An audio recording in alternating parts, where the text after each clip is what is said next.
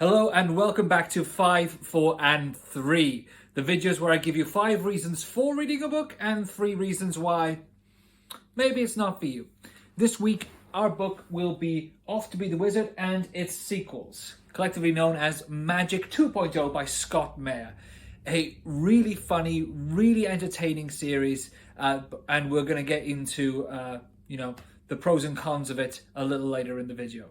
For now, all I say is no spoilers in the comments down below. Be sure to like and subscribe for my next 5, 4 and 3 series. And let's dive into a synopsis. Martin Banks is your everyday average computer hacker who, while casually hacking into government files, found the base code of the universe. In a very Matrix-like way, the entire world is a simulation. He has found the code and he is able to change it. Something I think everyone would do when they can change the universe. He just starts giving himself money from nothing, and before you know it, the IRS is chasing him.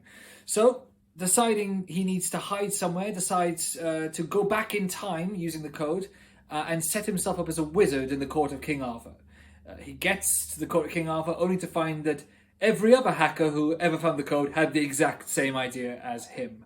It's a very funny, very silly series, and I have read it 2 or 3 times. It's just so light, so easy. You don't need to sit down and gear yourself up for a big series, even though it is 6 books. It goes by like that. These books are incredibly nerdy. Incredibly nerdy. I mean, just look at the covers. The illustrator did them in 8-bit.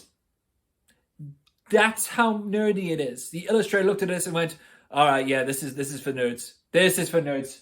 And to be honest with you, if I just saw these covers in the bookshop, I'd pick them up straight away. That looks so much fun. I'd almost describe this book series as a palate cleanser.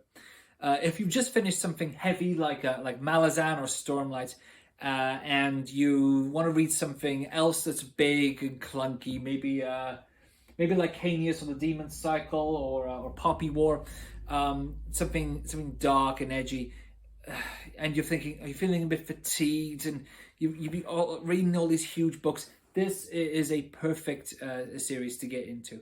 It's light, it's breezy, there's no stakes, it's all comedy, baby. And at the end of it, you feel refreshed and ready to dive into the next grim, dark novel you've got your eyes on. The characters that we have in this book are all massive nerds with the base code of reality at their fingertips. Because of that, they create some really interesting places, be it Camelot, the lost city of Atlantis, or just genuine video games that they can trap their enemies in. These books take you to some really fascinating places. Probably my favorite is Atlantis. I won't get into why. You will realize exactly why when you read Spell or High Water. And what a name for a book, Spell or High Water. Some of the locations we visit are fascinating. Every wizard has created his own little domain. And given that every wizard is also an uber nerd, they've been very interesting in how they've gone about it. The magic system. Now, I'd class this book straight up as sci-fi, but because, the first book is called Off to Be the Wizard, there's no doubt that there is a magic system in it. It's just all technology-based. And it is done in a very fun way, in that everyone has created macros on their smartphones or personal laptops that make them fly, make them teleport, make them move through time. I won't say too many more than that, but having a sci-fi book with a magic system is always one of my favorite things to encounter, and this one is no exception.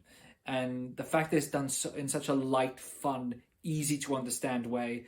Scott Mayer is at least a former computer programmer, but at no point does he ever make it seem difficult for someone technologically illiterate to understand. It's really easy to follow, really easy to move along with. In fact, at the end of it, you feel like you understand it a little bit better than when you went in.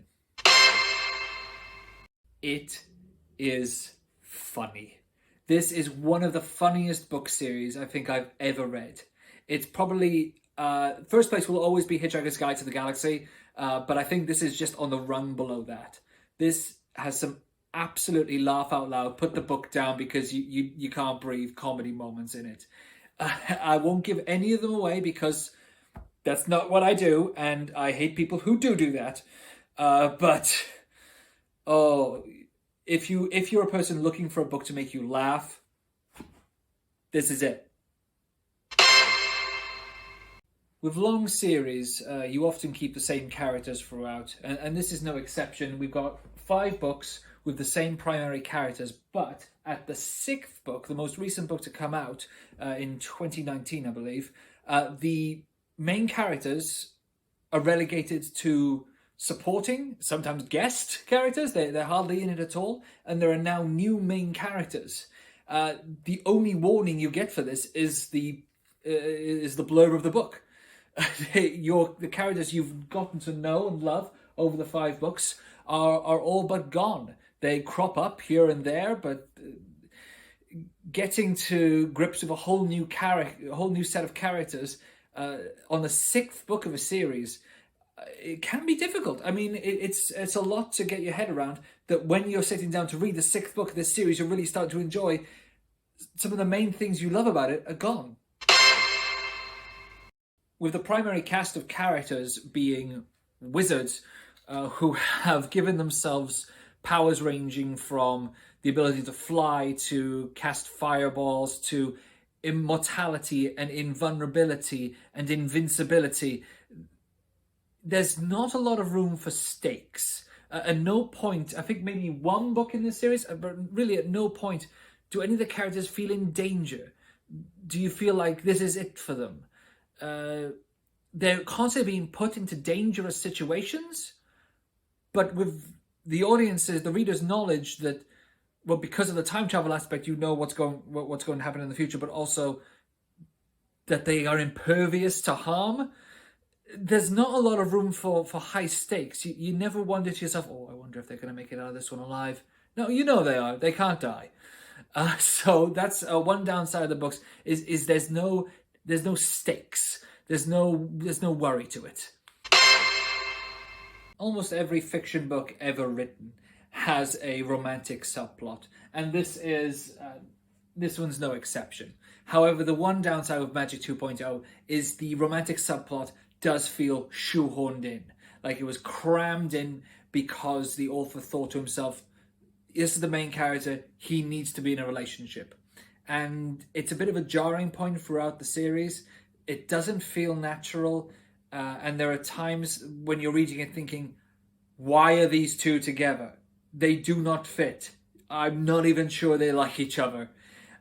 So if you're looking for an epic romance, if you're looking for a well-told love story, this isn't it for you. This won't be the right book for you. I could recommend some others, but this is definitely not a romance novel.